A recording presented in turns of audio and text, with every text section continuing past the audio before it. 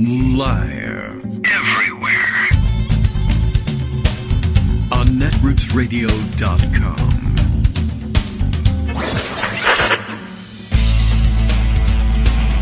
David Waldman. Kagro. In the morning. Now, here's David Waldman. All right, now is as good a time as any, I guess. Hey, good morning, everybody. How you doing? It is Wednesday, July 12th, 2023. Time for another show, not just another show, but the last regular show of, the next 2 weeks, really. I guess things start getting wacky. Tomorrow we're away from the microphone, and so we'll see what we have the time to stitch together for that. I think tomorrow might have to dig up a rerun for tomorrow, and doing my best to try and pre-record some material, but that puts me in a weird place, especially when you're trying to do it for a couple of days as a block. And lots of stories that I'm very happy to be able to share with you, but also sometimes I read them, and now they're in front of mind, and it's likely that my mind then ends up going to them and wanting to refer to them in today's discussion, but I haven't read you those stories yet. But you probably know those stories, so I think we can kind of sort of get away with it. But occasionally, especially if I'm recording for a couple of days in a row, I run into something and I'm saying, and I'm not sure sometimes, as right now, I'll just record the stories, not just a straight show, and then I'll kind of stitch it together to use as a podcast for later. And then I think, I will sometimes make reference to, this is just like that other story we read. And it occurs to me that story may not show up first in the podcast, or we may not have gotten to it yet, or things that we read yesterday, except we didn't read them yesterday. All sorts of fun things and time travel weirdness like that. But today is Wednesday. Greg Dworkin will be with us as usual. Tomorrow, Thursday, is college orientation for our second college-bound kid. The first college-bound kid came bounding back from college, so that's over. Heading into the next session. And then Friday we'll have a regular show, but I'll be panicked because I'm leaving the next day for that vacation. So a little bit of panic about travel anxiety, a little bit of panic about, am I ready? Have I left enough stuff behind?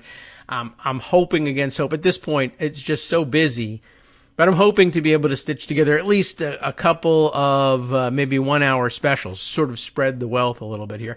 Of course, I could do one whole Rosalind McGregor show. That's possible too. And now I have more segments, more Rosalind McGregor segments than I'm planning to do podcasts. So we might have to double up in at least one of them, which is fine, of course. But I like to be able to spread things out a little bit and, one, give myself a break, and two, put her on more shows. And all right. Well, at any rate, you don't need an explanation. What comes will come, and you will know all about it when you live through it next week. I'm not sure. I mean, I think regular connectivity can be expected where I'm going. It's not, there's a civilization, and a very nice one at that. But it's going to be interesting to see how connected I choose to stay, and B, what social media sites are there for me to stay connected to anyway. I keep reading more and more about Threads. Sounds like Greg's initial assessment of Threads is pretty much in line with everyone else's. I read something this morning on Vice that I'm not going to go through the whole thing, but same sort of assessment. It's really sort of a brand haven.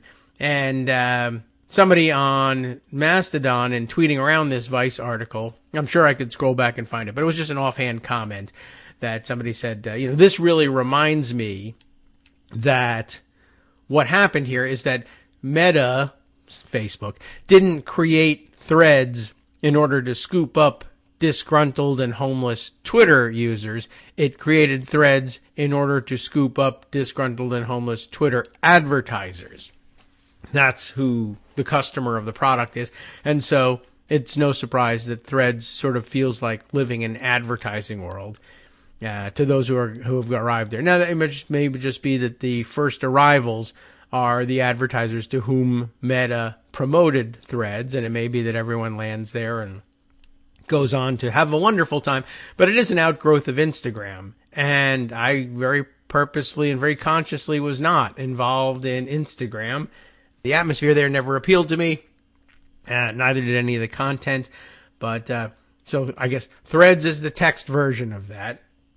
And no surprise that it right now holds no interest. But that may yet change. And, of course, there's now the possibility of blue sky as well, even though everyone has made very cogent arguments against handing the keys to Jack Dorsey for anything either. So, I don't know. We're stuck, and we'll see. And by next week, I may not have anything to say anyway. So luckily we are here today with Greg, who does have things to say, and we can get on to it. And well, let's just start that way. Hey, good morning, Greg. How are you? Good morning. So blue sky is still pretty empty, and okay. Threads, it looks okay. And if you work hard and collate your list, you can sort of find people that you want to talk to. Twitter still functions, even though it's only a shell of its former self. Yeah. And the first impressions of Threads seem to hold. The fact of the matter is that it's not going to be accepted by the European Union because of privacy issues. So it's got that. It doesn't have a desktop. It doesn't have DMs, direct messaging, which is a problem when you want to talk to people. And somebody said, you could use Twitter to get news and Thread to talk about it. Oh, because Threads are for conversation, not really picking up news. And Twitter's for getting news, but it's really hard to talk to people anymore because there's so many trolls. Yeah. Well, I want the news more than I want to talk to people, to be honest. So Twitter is okay for me. Sure. It's, where I can find stuff. What I want on occasion is to talk to experts about fine points, like I talked to you about process in the House for fine points. And you can't do that on Twitter if the people aren't there, and you can't do that on Threads if there's no DMs. Oh, yeah. And you can't use Thread to, pick up something and say that's really neat. Let me just drop it on the blog because there's no desktop. And my blog is open on the desktop. That's how I write it. So a lot of stuff going on. And the original reviews, even the, this is easy reviews. This is great reviews. All started with, all you have to do is open your Instagram account and do this, that, and everything. Yeah. Why would you think for a moment I was on Instagram? Yeah, I mean, there's a large portion of the world which is, but yeah. That's fine. Not That's me. for them, but that's got nothing to do with me. Yeah, so, not always all that easy. But I guess that's the case with everything. All you have to do is go online and there's people who are like, what do you mean go online? Not anymore. What do you mean but there start used an to be. Instagram account? How do I do that? So, it's got 100 million people signed up. It doesn't mean that they'll all be retained. Tucker Carlson had a whole bunch of people watch his first show, and after that, not so much. Yeah. And, all right, well, it remains to be seen. Lots of complaints about the way it's functioning or who's there, but, I thought the best explanation for it all was the reminder that, Meta didn't want to do this for you because they love people. They did this for themselves because they saw advertising dollars, and so it's an advertising machine. But so was Twitter. You just didn't know it right away, and it was built a little bit differently. But all right. Well, now, anyway, Facebook I'm not crying about it. And Meta have a big, big problem. They sure do. And that is that over in Europe, there have been some rulings from the European Court that their entire business model, which is to basically suck up information without telling you about it, is illegal. Right. Go Europe. And so that is going to be a huge problem for them. It's a big hit to their revenue, and it's one of the reasons why they're looking to sort of integrate stuff. And they may have to brand it. They may have to call it Threads for Facebook or Threads for Instagram or other things. Certainly their business model is making knockoffs and integrating it into the Meta universe. But Europe may actually put some stringent rules on that. And so we'll see how that goes. So, enough about Meta, the Meta of Meta. Let's talk some hard politics this morning. That sounds hard. Straight politics, the things they don't want on Threads. Oh. So, I happened to turn on the TV before the show around 7 o'clock. And there was a really interesting Democratic focus group being displayed, featured. Fed snacks. And interestingly, the approach was, Biden's old. I know he's old. Maybe he's lost his step. Maybe he hasn't. I really can't tell. I just wish he were younger. But God damn it, I'm voting for him. I mean, it was pretty solid in that regard. And I think that is a nice segue into this next couple of stories. You have to appreciate the fact, to start with, that all Democrats all the time, under all circumstances, are anxious. Okay. Right? Nobody ever assumes. The whole thing is, oh, you have to play like you're 10 points down. That's ridiculous with Democrats. We never think we're winning. Ever. Ever, ever, ever. So the idea that we're overconfident is stupid. Just wipe that out. It's ridiculous. It's a media invention. Doesn't happen. Democrats are always anxious. And yet, given the fact that Democrats are anxious, they're anxious about double haters, people who hate both Biden and Trump. They're anxious about swing voters in swing states. They're anxious about Biden's approval, the economy, inflation, everything. They're just anxious. Okay. And there's a group called the Liberal Patriot. Okay. And this is from John Halpin, president and executive editor of the Liberal Patriot. Sure. And he is introducing the 2024 Patriot Index. First results from Wave 1 of the new Liberal Patriot YouGov presidential election tracker. YouGov is a pretty good pollster, not the best. And what they've done is they've looked at both horse race, which we'll get to, but also interesting things like a love-hate measure. Is that, do you love them? Do you hate them? And they looked at Biden, Trump, and DeSantis. On a new love-hate measure we designed for this project, Biden receives tepid affections from voters, while Trump generates the most amount of hate. Isn't that just our old friend enthusiasm?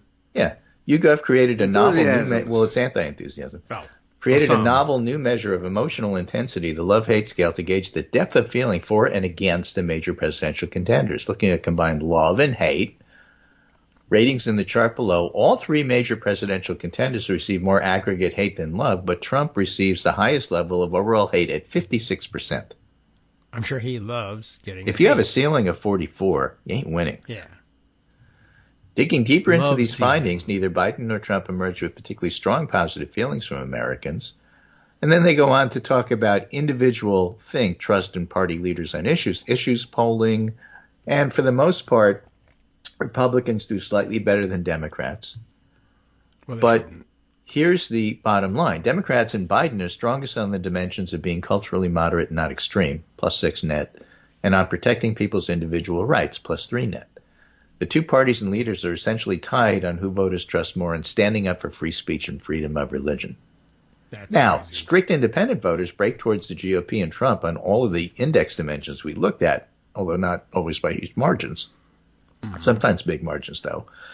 But despite a weak overall job approval rating and on key issues like inflation and crime, Biden holds important personal advantages over Trump, particularly on perceptions of being moderate and not extreme. Biden's overall job approval rating's 43, with 55% disapproving. Even worse, only 38% approve of Biden's handling of inflation and the economy. Yet, in an indication of how critical relative negative perceptions of Donald Trump may be for the Biden re-election effort, Biden himself enjoys a 10-point advantage over Trump in terms of which leader's closer to voters on being culturally moderate and not extreme. And in the end, Biden's personal brand compared to Trump's may be his savings grace. So how does that translate? Head-to-head, Biden 47, Trump 41, Biden 45, DeSantis 39.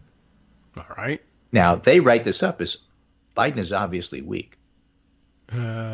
Because, he doesn't overwhelm in all of these different categories like inflation and crime, which they think is important.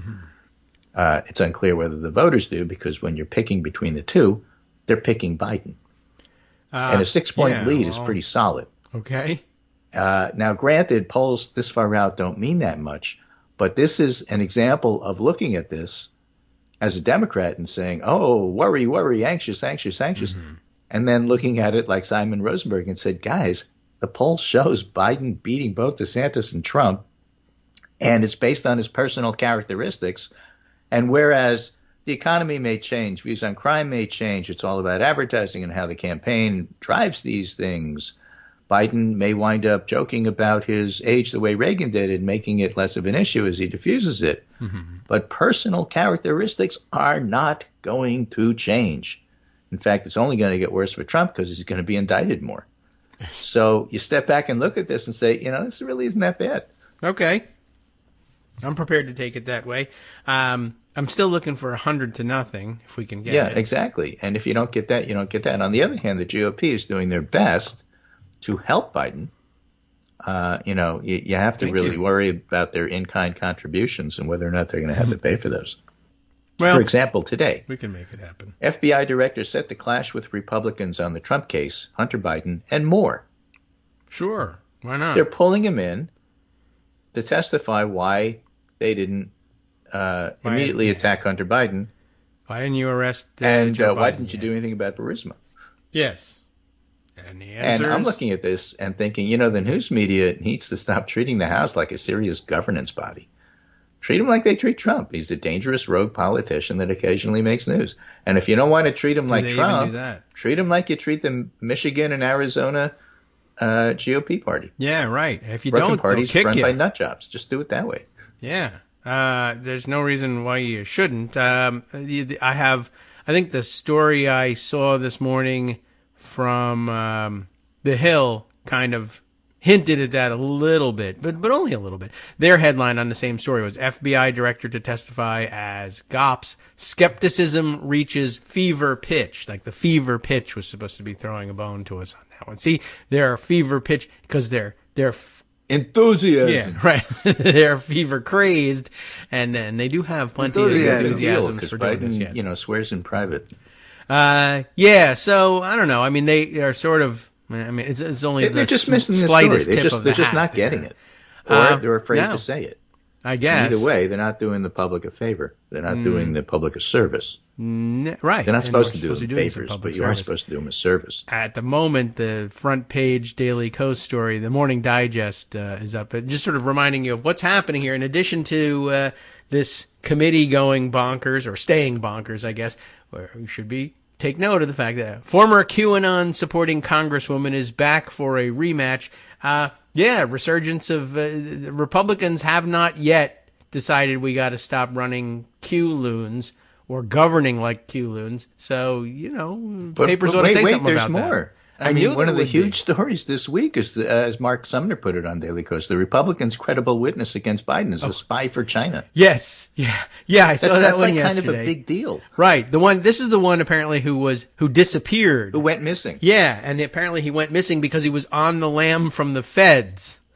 Like, that's not missing. That's just absconding. Yeah. But the time frame is he's on the lam from the feds and then he's a whistleblower. Yeah, Not that he's a whistleblower and then he's on the lam for the feds. Oh, yeah, okay. That's he sort just of was already on the lam. So he's a whistleblower. All right, bring him in for a hearing. Well, he's the a thing credible is, witness. He's a whistleblower who's on the lam. Witness. Yeah, so he was always missing, even when they first discovered him. They read whatever he had to supposedly blow the whistle about, but he was already missing. So he isn't gone missing. He just stayed missing. Right. This is from Mark Sumner. At a press conference back in May, Comer, the GOP head of oversight, made it clear that this man and his claims were the entire results of their 4 months of looking under rocks and chasing down conspiracy theories. Yeah. But after leveling absolutely unsupported statements about a criminal scheme involving then Vice President Biden, Comer's conference fumbled to a halt with the admission that his one and only witness had disappeared. As it turns out, he's a spy for the Chinese government and an international dealer in illegal Chinese weapons. The kind of guy who'll disappear at the drop of a hat. I mean, there's so much about this my hat. That's important, not least of which is Republicans in the House are so stupid and so committed to finding scandal that doesn't exist, whether it's true or not. They are completely open and vulnerable to grifters, crooks, and Chinese spies. That's like a big story. Yeah, they should throw Comer off the committee for his weird relationship with a Chinese spy. Yeah, exactly. I think they're into that. The fact that their single informant was in the wind didn't stop Comer, Grassley, and others like Ron Johnson from wearing a path between Fox News and Newsmax as they confidently repeated his claims about a supposed deal in which Biden solicited some form of bribe. But the one man really at the core of the Republican case against Biden turns out to be Gal Luft, a highly credible is not the phrase most people would use to describe him. International criminal fits a lot better. So he was charged with multiple counts of illegally trafficking Chinese arms to Libya, the UAE, Kenya, lying to FBI agents, and being an unregistered agent to the Chinese military. And it's not as if Republicans didn't know this. The whole reason Luff was missing when it came time to testify back in May wasn't that he was involved in spy stuff, is he was engaged in crime stuff. That's because he had skipped bail in Cyprus to avoid being extradited over the same charges that were filed Monday. Yeah. By the way, good idea for Cyprus to give bail to. There's no flight risk for international Chinese arms dealer spies.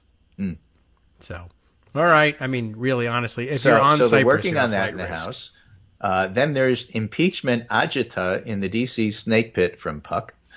Notes on McCarthy's dilemma as the Capitol returns from recess, Freedom Caucus infighting, a new shutdown showdown, the Green Boebert spat, the impeachment vote count, and the swing members trying to figure out what the heck is going on. Is any of that important? Should we pay attention to that?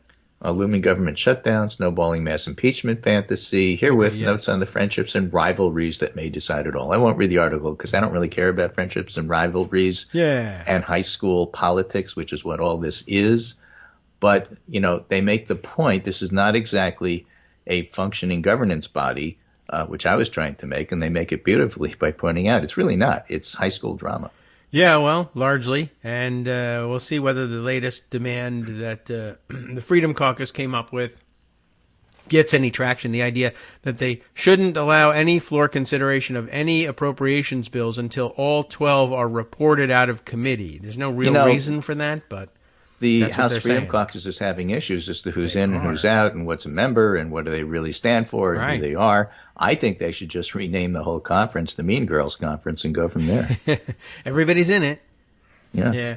All right. Well, good luck having bad luck. Right. Meanwhile, AP, GOP confidence in 2024 vote count low after years of false election claims, AP NORC poll shows. Few Republicans have high confidence votes will be tallied accurately. Fine. Stay home. Yeah. Right. Why bother casting a vote that will only be tallied inaccurately in your mind? Democrats' confidence has risen, and all U.S. adults have stayed stable, and Republicans' confidence has dropped. That confidence level dropped to 28% a month before the 2020 election as Trump signaled to voters that voting would be rigged, and now sits at 22%. All right. Right. I just don't like the way the last election went, said Lynn Jackson, a registered nurse from El Sobrante, California, who's a registered Republican. I have questions. I can't say it was stolen. Only God knows that. I just don't like the way it went. Well, okay, you lost. Yeah, right. I don't like... Put on your big girl pants and go to work. I mean, I don't like the way this grilled cheese sandwich is going. I don't like cheese. That's the problem. It's nearly gone, you know. Yeah, well... It's terrible in such small portions, too. All right. Well, you know, that's she's not hiding anything. I don't know. I just don't like things. Okay. All right. Well, at least that's semi-honest. I mean, you don't know what you're thinking, but at least you're honest about the fact that you're not thinking very much. The survey found that independents were also largely skeptical, just 24% of the highest level of confidence. And here's my favorite. Chris Ruff, a 46-year-old unaffiliated voter from Sanford, North Carolina, said he lost faith in elections years ago, believing they're rigged. He also sees no difference between the parties. I don't vote at all. All right. I think it only adds credibility to the system if you participate. Wonderful. You, sir, should, in fact, stay home. You should. In I fact, would like as many people as possible to vote. I exclude you. Yeah.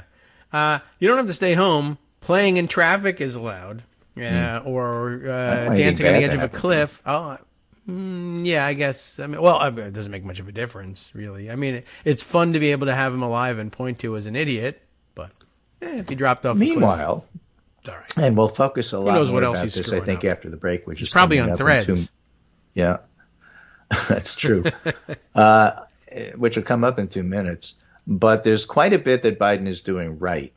And I think again, not only are Democrats anxious, but most independents are like this guy and really don't focus on politics at all. So whatever Biden has been doing that's good, whether it's dropping egg prices or fixing the price of gasoline to go down or, whatever it is, getting your highways and internet set up in the locality that you live, there's a whole lot going on, but fix it's my still going to internet. take a while to percolate to the electorate. So again, that's one of the many, many reasons why these early polls don't necessarily mean anything when you look at the head-to-head matchups. Mm-hmm. But character matters, and especially true when you know somebody for a long, long time. So again, Biden's a family man. That's not going to change. All of a sudden, I haven't heard like anything about his grandchildren in 2 days, which fits my theory that without Twitter to drive stupid stuff, you can't focus on the Obama's wearing a tan suit scandal for too long. Yeah, I guess not. Or it was just too dumb to even, breathe on its own. But who knows? Could be anything, whatever it is. I'm thankful for it not being Right. discussed. So again, I go back to that focus group on MSNBC featured on Morning Joe. There are a lot of Democratic voters out there. They are going to vote. They certainly have doubts and worries about Biden, but those aren't "I'm not going to vote for him" issues. Those are simply expressing doubts and worries about Biden. Okay. Which you're entitled to have. Look, no president is perfect. In fact, you can make an argument that they all suck. It's just some suck less than others. I doubted him the whole time I was filling in the Scantron sheet. So, okay. People are allowed to do that, or if they're pulling a lever, if they live in the old-timey Northeast. Right, but there are good things to talk about, and we'll talk about those after the break. All right, if you insist. Why don't we'll play some break-type music, and that will encourage us to take a few minutes away from the microphone. Okay, let's see. Anything else? Let's see. I don't know what else we can cram in 30 seconds, but probably not too much. Well, I'm going to keep an eye on the love-hate scale. I'm not entirely convinced that that's new, but okay, they're using new words for it, so that counts in polling world. But all right, we'll see whether they ever go back to that index or not, and pretty soon we'll have a graph on them. Hi everybody, it's me, David Waldman. Yes, the same guy who interrupts you all the time. Interrupting you one more time just to tell you again, another reminder that your contributions are what keep this show on the air, and patreon.com, patreon.com, is still among the easiest ways to make the sustaining subscription donations that keep us afloat. Are you ready for the pep talk about how our Patreon campaign is still going strong and growing? Well, too bad. Yeah, the plain fact is we actually are headed in the wrong direction, and whereas we once had about 175 monthly patrons, we're now actually down below 150. Time to recruit some more. Not exactly the kind of news I wanted to share, but there it is. For those of you in a position to support the show, patreon.com does make it easy to make those secure, recurring monthly contributions to do so. Patreon.com/KagroX gets you straight to our donation page. We've been through a lot together. The worst of the pandemic, we hope. The worst of the insurrection, we hope. So go ahead and treat yourself. You don't need an excuse. Give yourself the gift of a little something you enjoy in life. Support the show. And of course, if you happen to prefer using PayPal or even the Square Cash app, we're up and running on those options too. So thanks again, everyone, for all your support. We couldn't, or at least shouldn't, do it without you. Hope you'll be on board soon too. Thanks for all your support.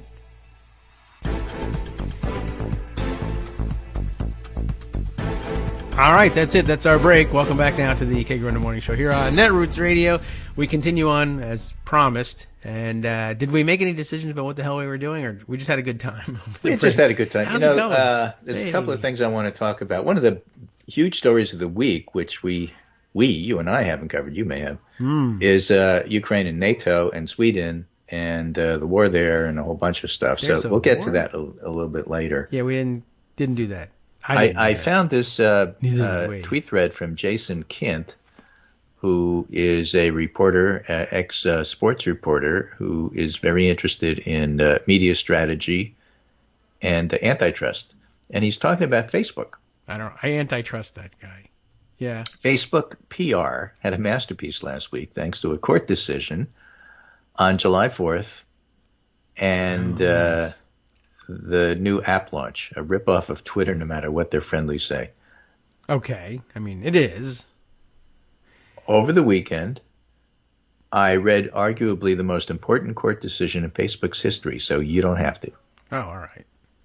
And this happened on July 4th, 2023. They worked on July 4th because they're European. Simply put, Facebook is screwed. It invalidates their core biz in one of their largest markets, that's all. And it was issued by the highest court in the EU after over 4 years of proceedings. Ultimately, it means the company's surveillance is gutted. All right. Here's a quick summary. In 2019, Germany's Federal Cartel Office ruled Facebook didn't have proper user consent for what drove its entire biz, micro-targeting content and ads, which is 97% of its revenues. An anti-monopoly decision hadn't previously incorporated privacy law, so ultimately it went up to this court in the European Union. The full decision is quite a long read, but here's how they deftly describe the decision of the cartel office. In lay terms, a user can't possibly give proper consent, quote, freely given, end quote, due to the dominance of Meta's apps, Facebook, Instagram, and WhatsApp. And the anti-monopoly regulator had ordered Facebook to stop mixing and sharing data between each of their apps and data it mined across apps in the web too.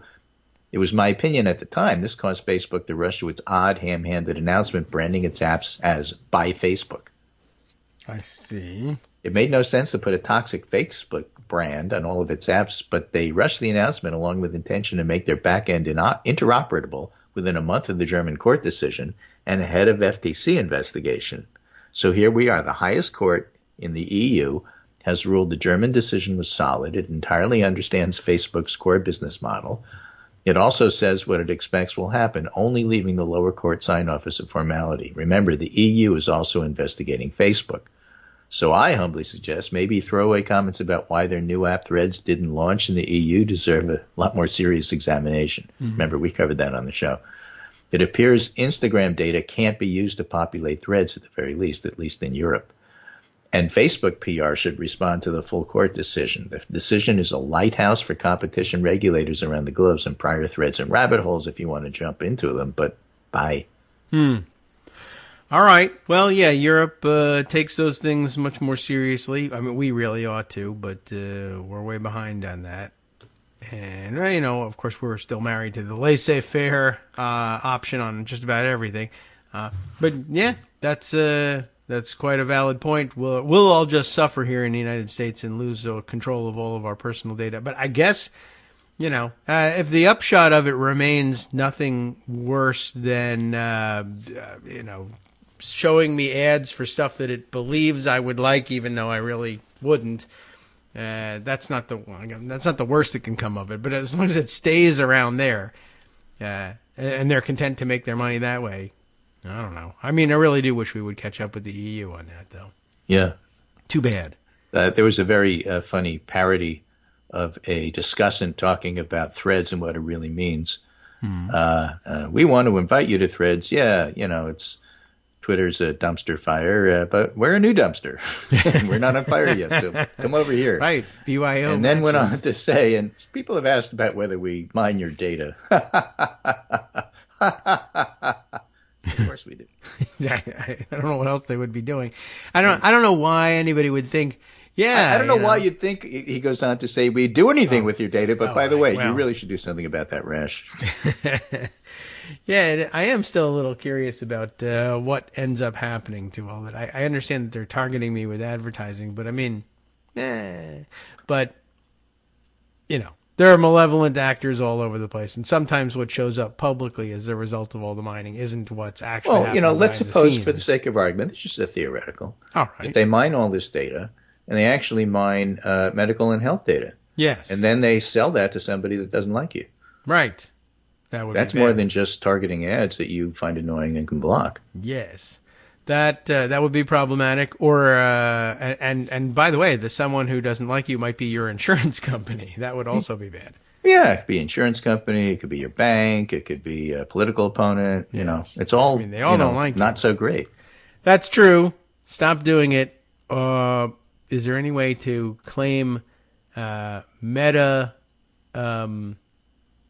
citizenship in EU? Like I maybe I should have joined a European Mastodon server, and then you'll be a dual citizen. Yeah, I mean you're still on Twitter, and then you have Mastodon, and I'm a dual citizen. Yes. You know, I've got 5 different citizenships. Yeah, at least. You know, I got Mastodon and Spoutable and Post and Notes and and Twitter and Threads, and now we're up to 6.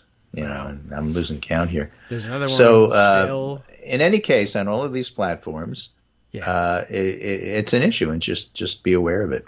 So, getting back to politics, here's a piece on Substack. That is politics. Which I found through their app called Notes. Is that theirs? Okay. Yeah. But Notes is basically conversation among Substack people. All right. So it's sort of limited, but at least you can find out what everybody's writing. And this one is from Dan Pfeiffer, the smart strategy behind Bidenomics. Using the term Bidenomics makes political sense as the president heads into a re-election where the economy will be a dominant issue. And here's, he makes a great point. I endured more internal and external debates about using the term Obamacare to refer to the Affordable Care Act than I can remember, and I thought it would be helpful to lay out why adopting Bidenomics makes strategic sense. Okay. Better than Ramaswamy-nomics. Yeah. Force the press to pay attention. Over the last couple of years, there's been the sense that Joe Biden has shied away from his economic accomplishments, but naming it like this forces the press to pay attention. All right. Yeah, I guess it probably does.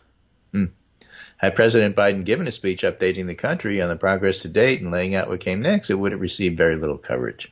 Certainly wouldn't broken through all the noise. Leaning into Bidenomics, which is a label first used pejoratively by the president's adversaries, just like Dark Brandon, was a deft move by the White House communications team. Making Bidenomics their own was chum in the water for media. The tension and debate around that decision gave them reason to pay attention.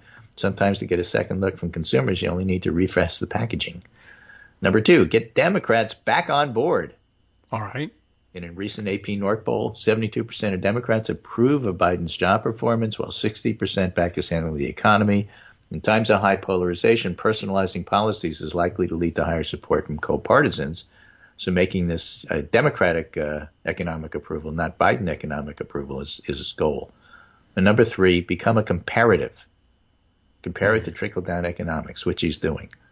So by doing these things, basically he can win on the Bidenomics front. And that's only begun. And there's other things, too. This is Catherine Rampell writing in the Washington Post. Biden is quietly reversing Trump's sabotage of Obamacare. Okay. How quietly? Slowly but surely, Biden is repairing the U.S. healthcare system, reversing Trump-era sabotage, and ensuring millions more Americans get access to affordable coverage. The latest of these efforts came on Friday in a little notice but significant decision to protect Americans from junk health insurance. In 2017, Congress repeatedly tried and failed to repeal the Affordable Care Act. It might have looked like the end of the Republican fight to kill this life-saving, inequality-fighting, newly popular law, but it wasn't. Over the next few years, Donald Trump found new ways to sabotage the healthcare system, and among the most insidious of these backdoor repeal measures, expanding short-term limited duration health plans. In other words, attempting to trick Americans into plans that look cheap but cover nothing. Mm-hmm. Short-term plans are theoretically intended as a stopgap coverage, like the tide over a new college grad whose job doesn't start until the fall. They're unregulated, and they can also deny coverage for pre-existing conditions, even if the pre-existing condition hadn't been diagnosed at the time the person enrolled. Mm-hmm. And people don't often realize they bought a worthless product until it's too late, like when they get a brain tumor and it's not covered. Yeah, that would be a late right? time. This made them look like a whole lot like regular plans, but they weren't. Exactly how many were lured by this policy is unclear. The data is lousy precisely because these products are unregulated. So the cheaper plans disproportionately siphon healthier people out of the broader market. And so even consumers who don't get duped by them and stay on the regular plans have to pay higher premiums. But last week, Biden administration announced a rollback of the Trump-era expansion in a proposed rule. Biden officials said those already in the skimpy Trump-blessed plans can continue in them if they choose, but going forward, any new plans would need to be truly short-term, like 3 months. Okay. And critically, short-term plans must also provide clear language about what care they do and don't cover it, and people who choose to buy junk must know up front they're buying junk. And in other words, not make it a bait and switch. So this will last until the Supreme Court decides. Congress and the president can't make these rules. Only the Supreme Court makes rules. Yeah, or perhaps independent state legislatures. Something like that. So, again, a lot of that is going on in the background as well. And so I think just like the Bidenomics thing, Biden actually has a very good story to tell about the economy, be it the price of eggs, the price of gas, the price of housing is too high, but that's starting to come down. A lot of it is residual data Rent is too high. from a couple of months, 6 months ago. And so it's not clear that that's going to stay high. And in fact, we may have that soft landing and not have the recession that everybody expected. Paul Krugman had a nice article about why everybody expected a recession and was wrong. And he points out most of the predictors in economics are usually wrong. Okay. Right? Oh. They don't see the recessions when they come. And this is the opposite. This is trying to predict a recession that doesn't come. We never really look at that, but they're not good at the other one. Why should they be good at this? I guess that's... Well, maybe they're good at it if you look at it in terms of the negative. If they're predicting a recession... It's like exit polls. They're good at explaining wrong. What happened after the fact, after you get all the data, and only then, and that could take 6 months. Yeah.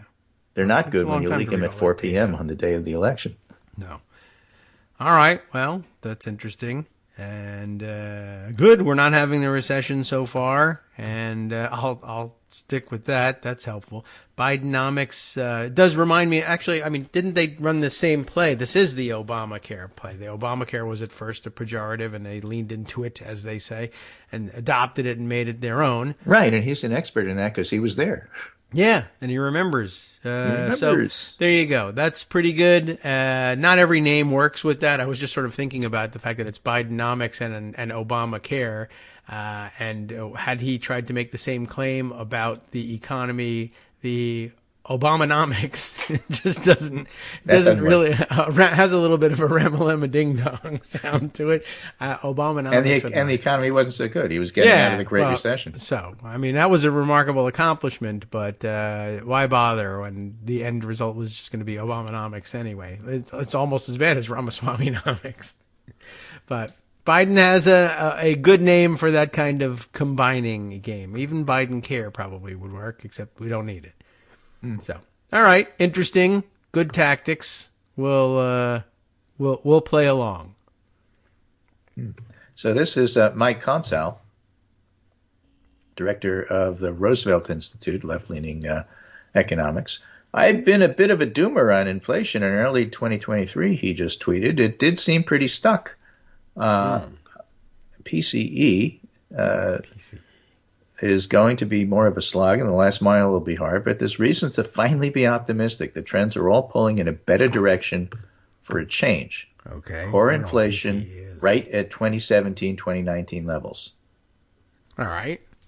Now, okay. Looking at the three layers of inflation the Fed has emphasized, core goods are at zero, shelter is continuing its decline, as I said, and the rest of core goods is the lowest level since the recovery started. Well, that sounds pretty core good. I hadn't said this much, he says, because they didn't want to jinx it, but for the past 3 months, we've had zero goods inflation outside of used cars. Interesting that used cars would still be on the way up. Yeah. PCE is personal consumption expenditures. Thank you. And when you look at core services, it's just great. Even when you add restaurants to align it with PCE, we see declines across the board, even excluding shelter. This will bounce around, but the recent trend's pretty clear. Right? You economists. Yeah. So things are good. And again, this is Bidenomics and something that he's going to be able to sell. All right. Good news. Economists and their lingo. They're funny. Next story we're going to look at a little bit is, and I don't have a specific on this, but I think it's just worth mentioning, the Walt Nauta, Donald Trump slow dance to try to avoid having a trial at all. Sure. Usual tactic for him. Yes. Nothing's new here. Nothing's new here, but what is becoming a little bit clearer with the filing that Trump doesn't want to have the trial at all, right? Let alone until after the election, is some of the strategies that he's going to use seem to be pretty clear in the filing. Yes. Things like these documents are too classified for you to look at. It's going to take a long time to really figure that out. There's so much material. It's really going to take a long time to figure that out. We shouldn't be having a trial at all because you're indicting me under the wrong law. And that should take a while to figure out. Let's see what else. Stuff like that is basically what Eileen Cannon is being handed. Yeah. And DOJ says, no, it's all pretty clear, and here's our schedule. We want it done by December. And Trump is saying, no, we don't want to do it at all. Well, and the question on the table is going to be, what does Cannon do with it? And then after she does what she does, if it's a pro-Trump ruling for the third time out of 3, does the DOJ go to the 11th Circuit and say, you got to get this person off of this? She just does everything wrong all the time. Here's her track record. Yeah. Well, they'll certainly want some sort of review, and it's entirely possible that she either, holds herself in check because she doesn't want to be reversed again, or just is reversed again very quickly. I don't know. We'll see. Right. Oh, by the way, with that inflation news, there's stuff coming across the transom here. Mm-hmm. Reuters has a piece, U.S. Treasury yields to fall amid inflation optimism. Okay. And again, generally speaking, things are set about 6 months before the election, but we're more than 6 months before the election. So Bidenomics has a chance to sink in. Paul Waldman writes, no relation, thinking about today's Wall Street Journal editorial page meeting, as an intense argument develops on whether to go with don't believe the numbers, inflation is still a calamity, or pleased at the decline in inflation, think Ronald Reagan for tomorrow's page. Sure. Yeah, well, they got to find some way of either denying it or claiming credit for it. Right. So Peter politics. Hamby had a piece that floated by, and I don't have it in front of me, something along the lines of a very difficult summer for Biden. I don't know why they think it's such a difficult summer for Biden. He's doing great at NATO. Behind the scenes, he was able to, wrangle Sweden into membership despite Turkey's objections. Yes. He figured out a way to paper over the difference between Ukraine right away and Ukraine after the war in terms of joining NATO. Zelensky wasn't happy about it, but the reality is that, the rules of NATO actually say you're not supposed to let somebody in while they're in the middle of a war. It's a good rule, really. It's a decent rule. Yeah, considering what happens. He's got the standing, to do this. Yeah. All of this is behind the scenes Biden. And he's doing great on the international stage. And yes, international things don't get presidents elected, but screwing up gets them unelected. Oh, yeah. Well, that's true. And, he's doing fantastic on this. Is he too old? He's not too old for this. Yeah, well, this is elder statesman stuff. This is exactly and right. So, so making jokes himself about his age. Yeah. Which he's doing. I don't know if it was the White House Correspondents' Dinner or other things. People are really concerned about my age, but as I said to George Washington, it's not really a big deal. All right. Yeah, nice. Okay. But you diffuse it. That's how you don't ignore it. You diffuse it. Mm-hmm. An elder statesman, is part and parcel of this.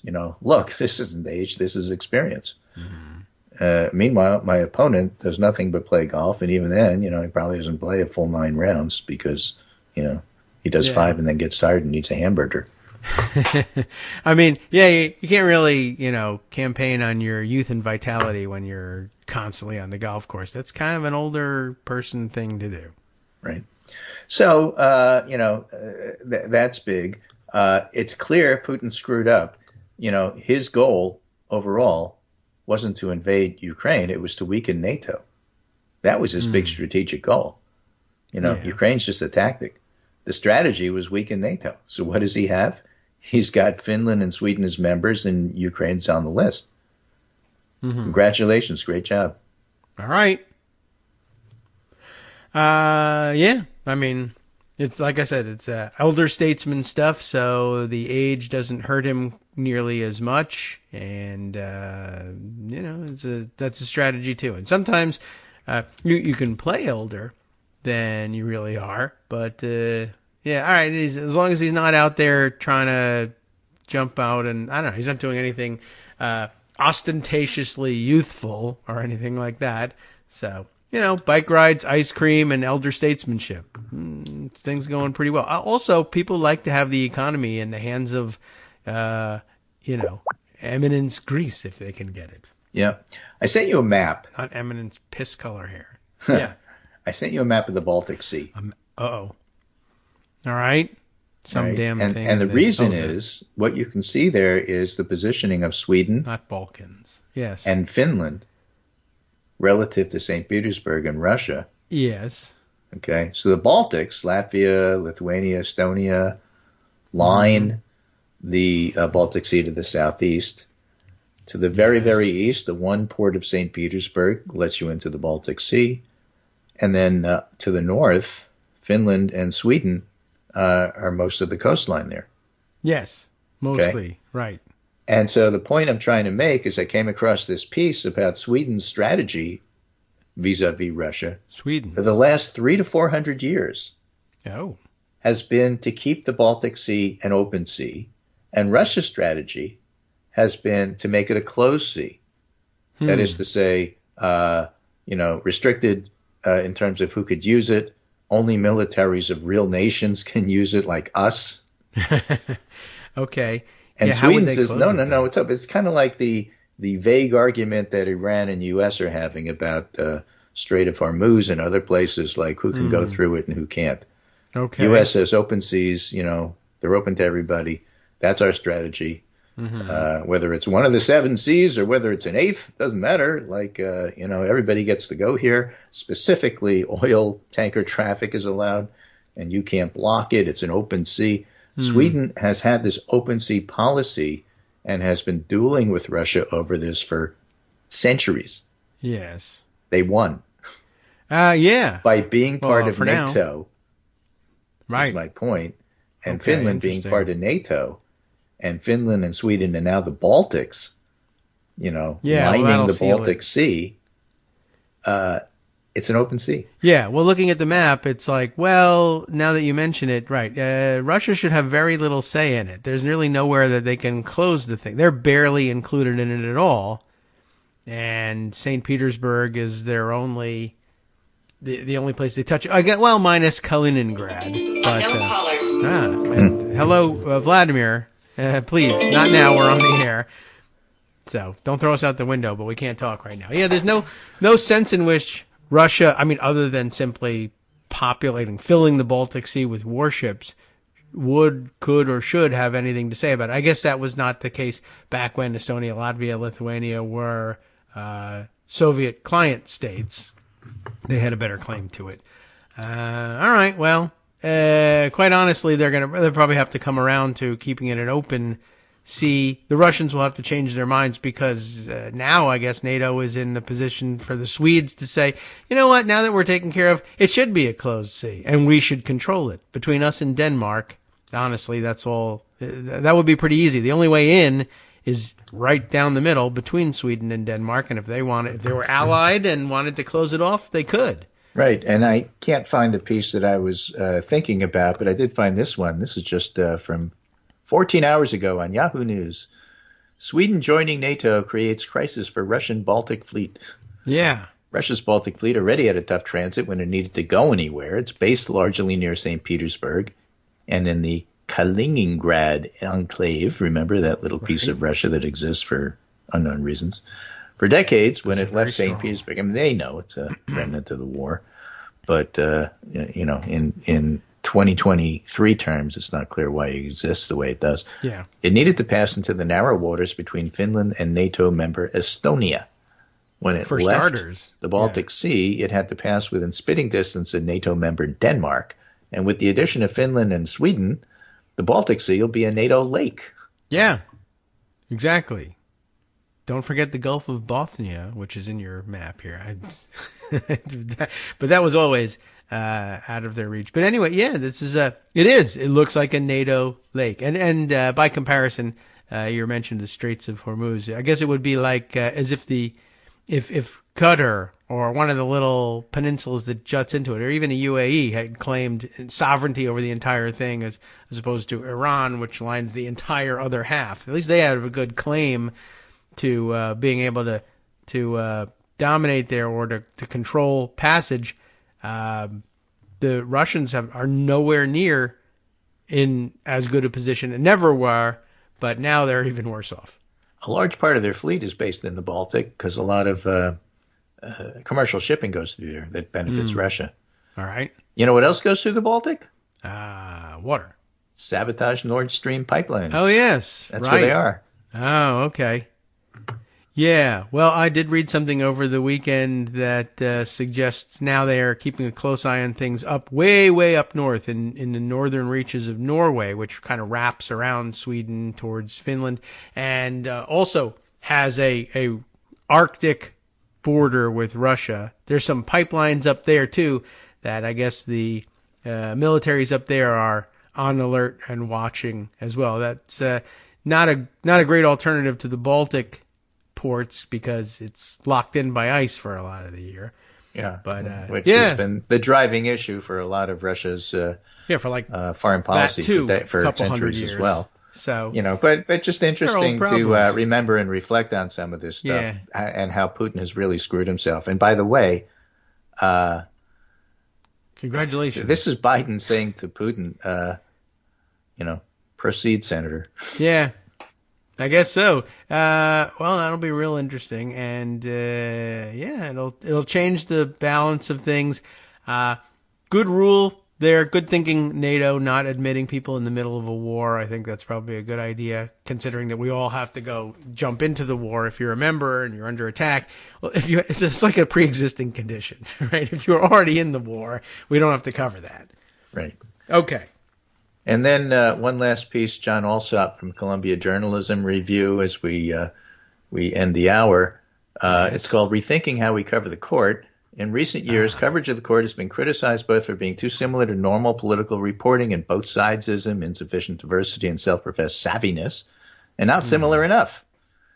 And Elie Mystal, on a recent Slate panel, argued that while trails of reporters hound obscure lawmakers, many wouldn't know who Alito was if he tripped over him. Coverage of the court is a broad enough category that both of these criticisms can be true. It's also true, given this breadth, that there's room for high-level analysis, conflicting interpretation, and offbeat reporters. The problem is a question of balance, culture, and tone. Basically, there's not enough politics in SCOTUS coverage. Yeah, well, they need to recognize what Armando always told us. It's a political body, despite their and stop treating it as if it... Don't treat the House like it's a governance body under the Republicans, and don't treat the court like it's apolitical. Those are wrong. All right, welcome back now to the Kagro in the Morning Show here on Netroots Radio. Let's roll out a couple of other stories that I had pocketed, although, quite honestly, we could run through the list and just do more detail from all of the stories Greg brought us, too. More things to say about that. Let's see. Oh, well, getting that. Here's, in breaking news, I have a haircut scheduled at noon today, and it is 10 o'clock, and they're calling me, and I'm a little bit concerned that they're going to try and cancel on me or move me around, and my schedule will not allow it. But my schedule will not allow me to answer their phone call either. So we'll see if they resort to text, and then I can tell you all exactly what's happening, and we can all be outraged together. All right. As I said, let's see. I wanted to dive into the upcoming hearing with FBI Director Christopher Wray. I had the Hills piece with the slight hint in the headline we're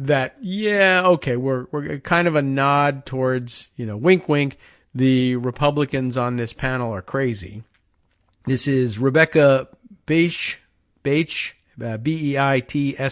I've run that name a couple times and come up with no better alternatives for how to pronounce it. FBI director to testify as GOP's skepticism reaches fever pitch. Let's see what they're so fevered about. FBI Director Christopher Wray is set to appear before one of the House's most cantankerous committees, as GOP members of the Judiciary panel prepare to raise a litany of grievances with the Bureau. Wray's appearance, part of a regularly scheduled oversight, is his first after narrowly avoiding a censure vote from Republicans on the House Oversight Committee. I can't believe they couldn't even get a censure through the committee. It also comes shortly after the GOP released transcripts from a whistleblower, the fake whistleblower, remember, complaining FBI agents, it's a different Is this a different whistleblower or not? Complaining that FBI agents working with the Justice Department failed to thoroughly investigate Hunter Biden. And as the GOP rages over the late Monday indictment of Trump advisor Gal Luft, who accused the Biden family of shady business dealings. The developments are the latest fuel to long-simmering tensions between the Bureau and the GOP, which created a subcommittee to review weaponization of the federal government, focusing heavily on the FBI. The Judiciary Committee announced the hearing, saying that members will be demanding answers from FBI Director Wray on the abuse of power in federal agencies, even if it's not happening. In a tweet that used siren emojis as bullet points, Representative Andy Biggs, who's not an extremist at all, a member of the right-wing Freedom Caucus, said the hearing would raise questions about the FBI's recent rogue behavior. A list that largely focused on investigations that have involved former President Trump. That's the rogue behavior. They are investigating his many, many crimes for which he has already been indicted and a bunch for which he has not yet been indicted. Wray, though a Trump appointee, has been at the center of the GOP FBI grudge match as Republicans increasingly double down, oh boy, not the use of double down again, on claims the Bureau is politicized. It's an assertion Wray has strongly rejected. I accepted President Trump's nomination to be the FBI director because I believe deeply in the men and women of the agency, boilerplate, that I worked for earlier in my career, and I think of the finest professionals in this space on the planet. What do you think? Okay, very nice. Too often in today's world, people's standards for whether they think something was fair or objective or independent boils down to whether or not they like the outcome or whether or not their side won or lost, he added later. After the GOP took over the House, much of its early oversight of the Bureau focused on short-lived memos that they argue allowed for the targeting of conservatives. Again, the problem here is conservatives were committing crimes. They were being targeted for the crimes that they were committing, not the fact that they were conservative. That's it's neither here nor there, as it turns out. But, of course, they were committing the crimes because they were conservative, and they believed in their own heads, because this is the way conservatives operate generally, that they weren't crimes, but they were. Well, anyway, one of these memos from Attorney General Merrick Garland asked the FBI to coordinate with local school districts as school employees faced a rash of threats driven in part by educators' COVID-19 response. Though meant to bring the resources of the Bureau to bear in instances where school officials were facing threats of violence, GOP lawmakers have claimed that the memo opened the door for labeling parents as domestic terrorists, though no such charges exist under U.S. law. Another memo written by an agent in the Richmond, Virginia field office detailed growing overlap between white nationalist groups and radical traditionalist Catholics, which it identifies as a small minority within the church. Though short-lived, the memo was condemned by Wray and Garland as inappropriate. When I first learned of the piece, I was aghast, and we took steps immediately to withdraw it and remove it from FBI systems. It does not reflect FBI standards. We do not conduct investigations based on religious affiliation or practices, full stop. I don't think that's true. We have also now ordered our inspection division to take a look at how this happened and try to figure out how we can make sure something like this doesn't happen again. That was Wray in March. But in recent months, the GOP has intensified its scrutiny on the FBI's investigations of Trump in comparison to its work regarding President Biden or his son. Much of those questions have been raised by the Oversight Committee, which subpoenaed the FBI for a form memorializing an unverified tip to the Bureau alleging that President Biden accepted a bribe. You all know all about that one. Lawmakers ditched plans to hold Wray in contempt of Congress at the last minute after the FBI agreed to allow the committee to review the document in a secure setting while agents briefed them about the results of the investigation. And you'll recall that Marjorie Traitor Greene's idea for dealing with that document was to read it over, repeat it as much as she could to herself so that she could remember it long enough to get out of the room and write it down and then blab about it. Anyway, that whole thing included how the FBI was unable to corroborate the information, which was relayed by a credible, confidential source who heard the allegation secondhand before ultimately deciding not to escalate it for additional review. But the Biden saga was refreshed with the release of testimony from an IRS whistleblower who alleged Trump-appointed U.S. Attorney for Delaware David Weiss slow-walked the investigation into Hunter Biden and showed him preferential treatment throughout the 5-year process. Weiss has denied that allegation, as well as a claim that he was unable to secure special counsel status to pursue cases outside his district, something he was assured he would be granted if needed. Though Wray is outside of the core group involved in this dispute, FBI agents aided in the probe, and lawmakers have made clear that he will face questions on the matter. Speaker McCarthy said lawmakers would also grill Wray about the report from special counsel John Durham, which, though it provided little new information, offered a scathing assessment of gaps in FBI protocol that led to a faulty petition to spy on Trump campaign advisor Carter Page, which, produced almost nothing. We've got Director Wray coming in. We've got lots of questions for him. Does he agree with the Durham report? What about how they've treated individuals differently than before? I don't even know what that's supposed to mean. We got a lot of questions answered with David Weiss and the Attorney General. Someone in that process is lying, especially when you see what the IRS whistleblowers have said. I don't see how that follows, but that's Kevin McCarthy's brain for you. Democrats on the committee had a different take on the Durham report, which acknowledged the initial tip about Trump required action by the FBI. Representative Ted Lieu of California noted that 5 Trump campaign associates were convicted of various crimes following the Mueller investigation spurred by the FBI's initial work investigating the Trump campaign. In contrast to multiple Trump associates who were convicted, you brought 2 cases to jury trial based on this investigation, and you lost both. In the Durham case, that is. I don't actually know what we're doing here because the author of the Durham report concedes that the FBI had enough information to investigate when Durham appeared last June, just a month ago. And thank goodness the FBI did, because vulnerable Trump associates who committed crimes were held accountable. And the best way to summarize what happened is thank you to the brave men and women of the FBI for doing their jobs. All right, well, we're getting away from the current stuff here. The latest twist comes as federal prosecutors in Manhattan filed charges against Luft, who at one point described himself as patient zero of the Biden family investigation.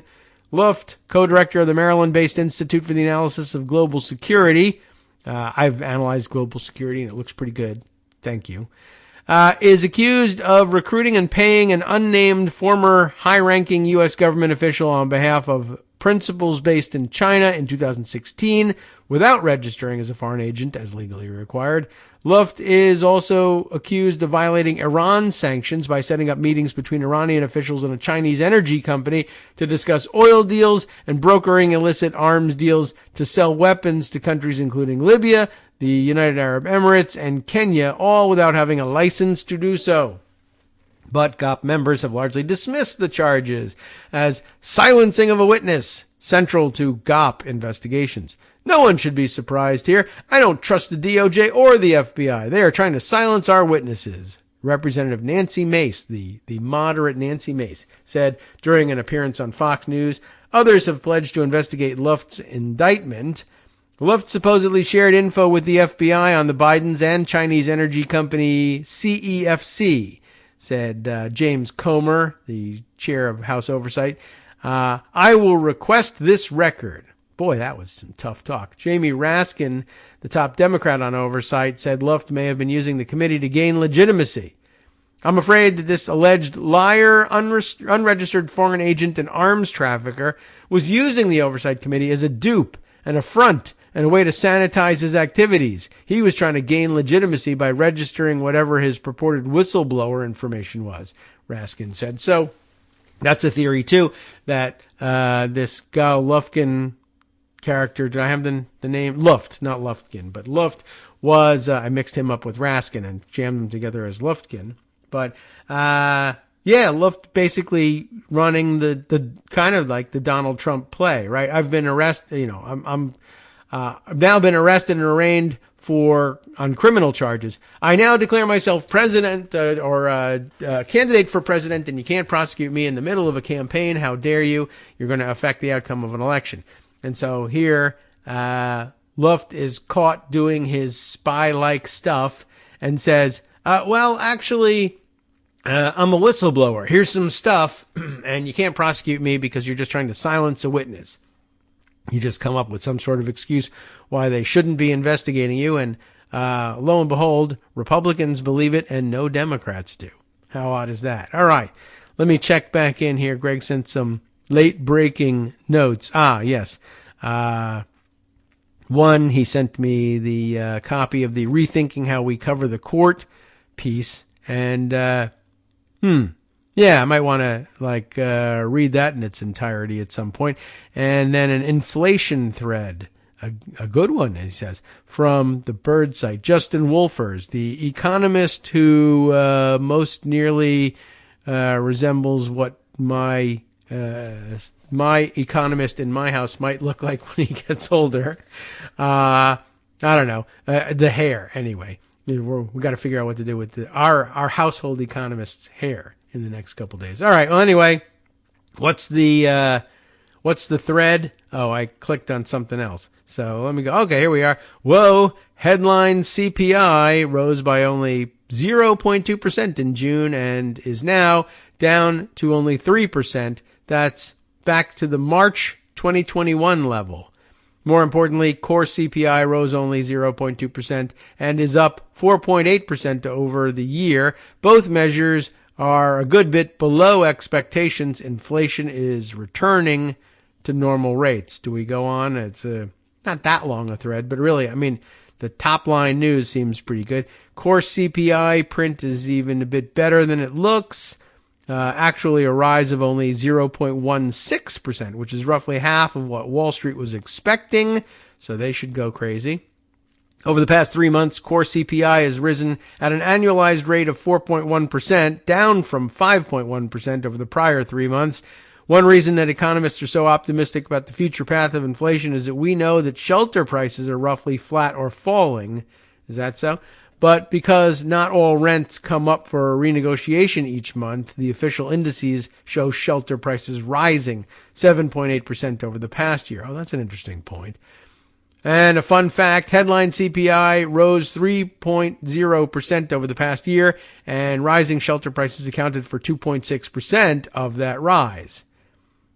Is that 2.6% of the rise or 2.6 out of the 3 points that they had in CPI, headline CPI rise? I think that's kind of what he means. Anyway, as a result, CPI X shelter barely rose last year. I'm not certain what X shelter is supposed to mean, but okay, let's see. I think that's probably about as much of the thread as I'm capable of understanding on the fly. But all right, thank you, Greg. One last economics note for the day. Okay. Where was it? Was X shelter? Okay, excluding shelter. I see. Okay, I gotcha. Yeah. See, if I had my economist sitting down here rather than upstairs on his computer, we would have some more insight into all of this as well. All right, let's jump back to Pocket, where some more interesting and exciting stuff is awaiting our attention. Let's see. We'll add this to the note. Let's see, because we were on Capitol Hill notes, we'll stick with that and read this piece.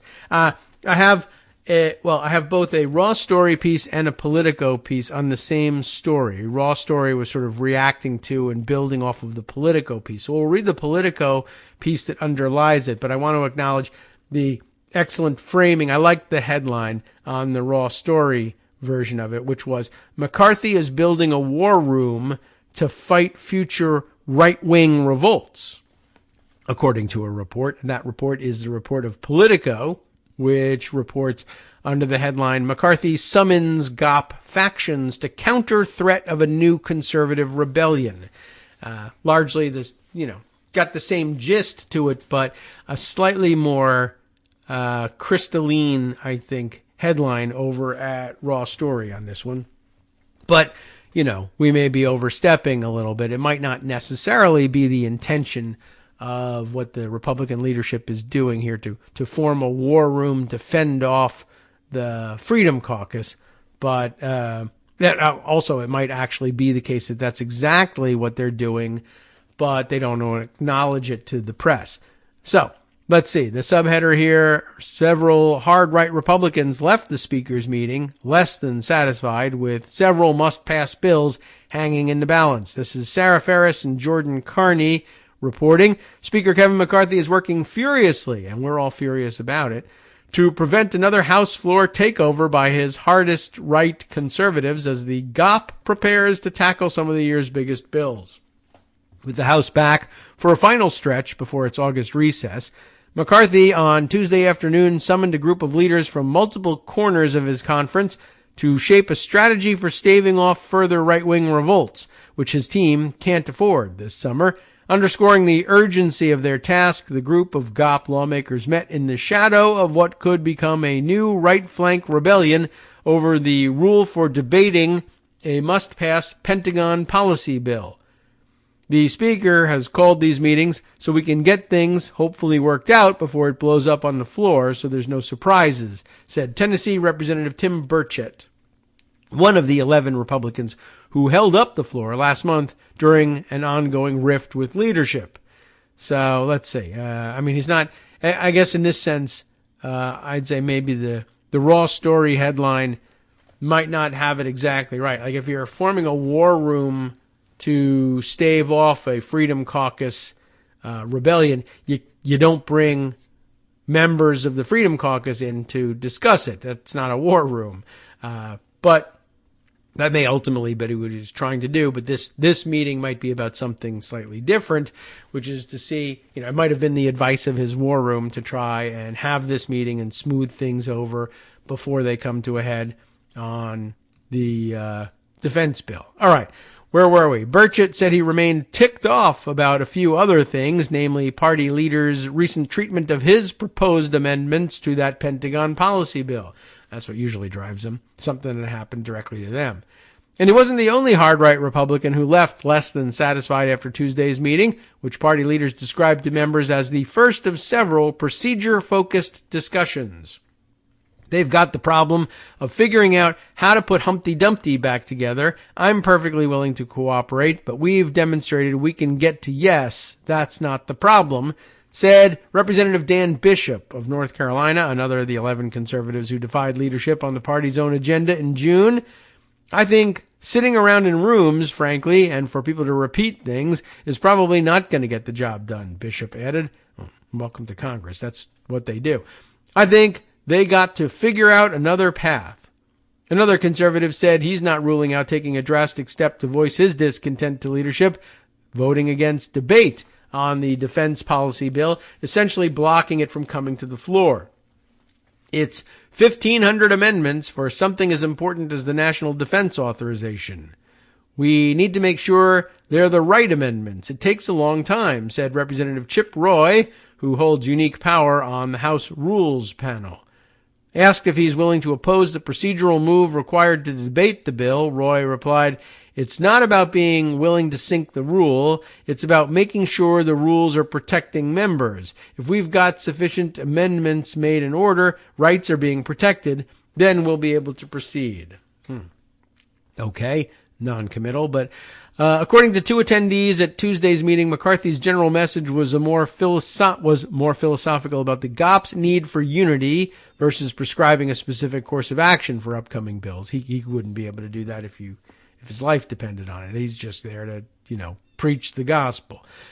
The California Republican did signal his preference on one thing, coming to agreement on funding the government before the current shutdown deadline of September 30th, which is always the shutdown deadline, by the way. Republican Study Chair Representative Kevin Hern of Oklahoma summed up the message from leadership as, "Our goal is not to do a CR," referring to the continuing resolution, the sort of stopgap spending bill that's currently seen as inevitable across Capitol Hill. But Republicans also acknowledged that they are quickly running out of time to avoid such an outcome. They would need to thread a veritable bucket of needles on spending decisions in just 6 weeks of session. The party is also trying to navigate growing demands from the right flank, many of whom attended Tuesday night's confab. In what could prove a bad omen, even McCarthy himself seemed to acknowledge Tuesday that his party's goal of passing the Pentagon policy measures this week could slip. "I've never put it into this week," he told reporters. "I was always very confident we'll get it done." Okay. I don't know, but I guess next week instead.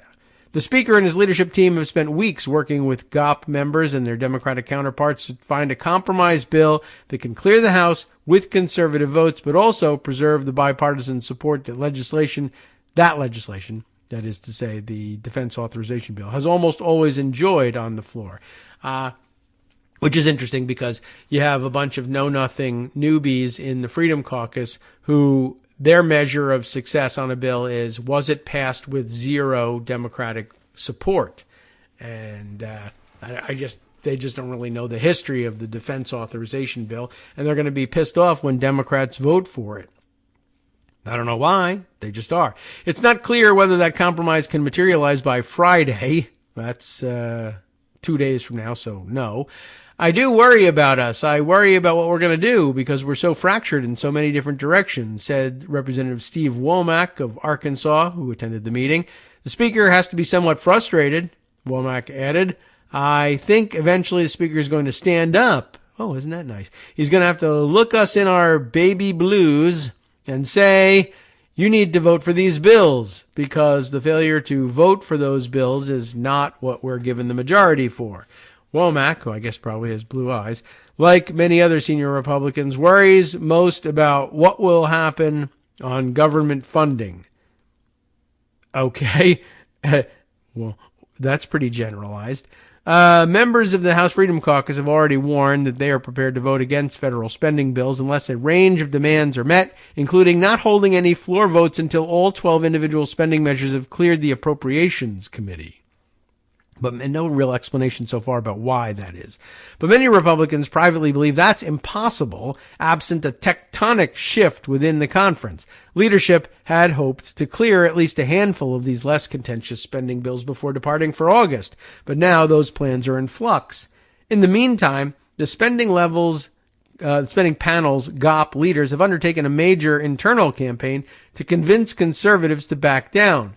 They warn that the demand only delays the whole process, allowing more months of a Democrat-negotiated spending regimen, and are trying to negotiate a potential workaround.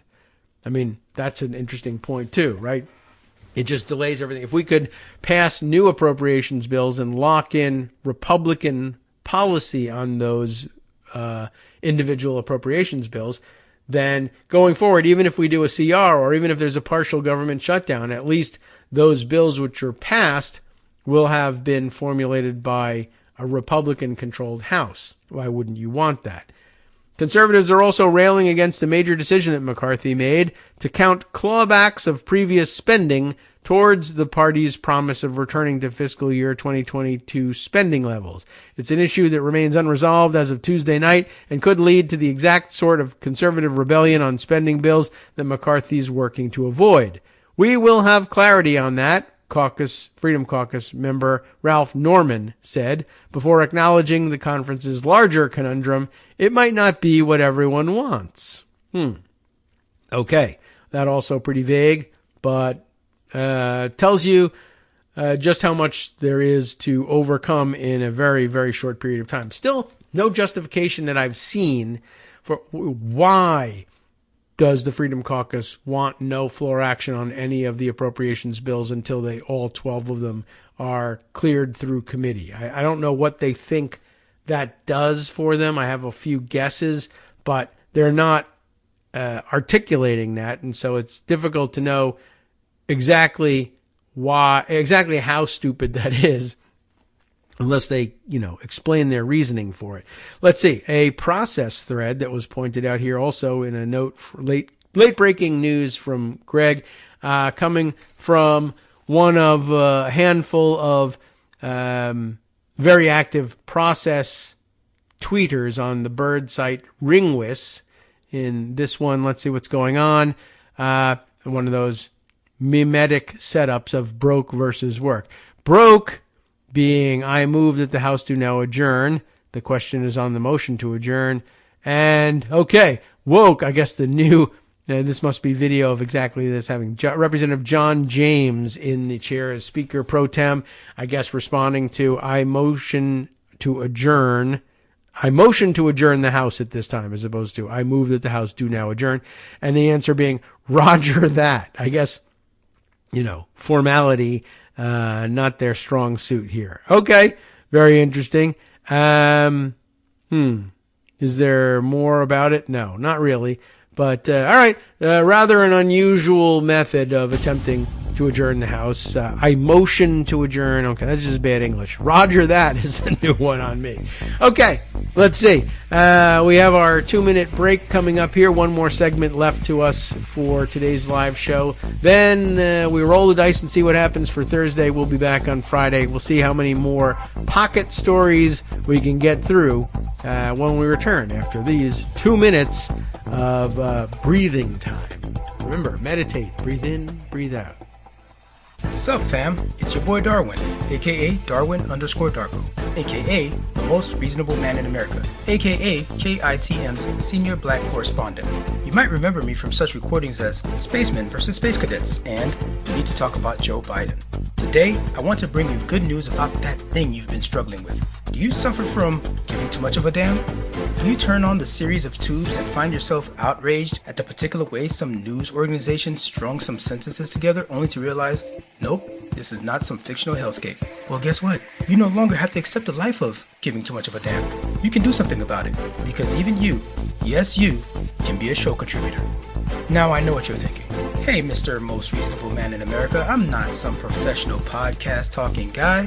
Don't worry about it. Do you have a smartphone or some other electronic recording device? Well, that's all you need. You too can have a segment where you can read us an important article and give us your take. Read one of your own original essays, or even just give us your commentary on something you'd like to share that's important to you. Fair warning though, side effects may include general punditry, having opinions and hot takes, getting stuff off your chest, and hearing your own voice. If your recording lasts longer than 5 to 7 minutes, please consult kagrox@gmail.com. That's KAGROX@gmail.com.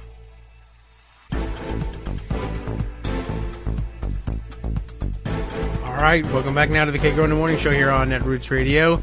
Shall we add more commentary on the Clarence Thomas possible corruption stories? I mean, there were actual corruption stories. This one is a little less clear, I think. We never did get to, by the way, and we probably should spend some time on it.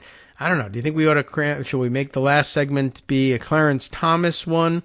Possibly a good idea. Or that could be a Friday issue. But I kind of want to catch up on a little bit of that story that ran over the weekend. And by now you might largely have read it on your own.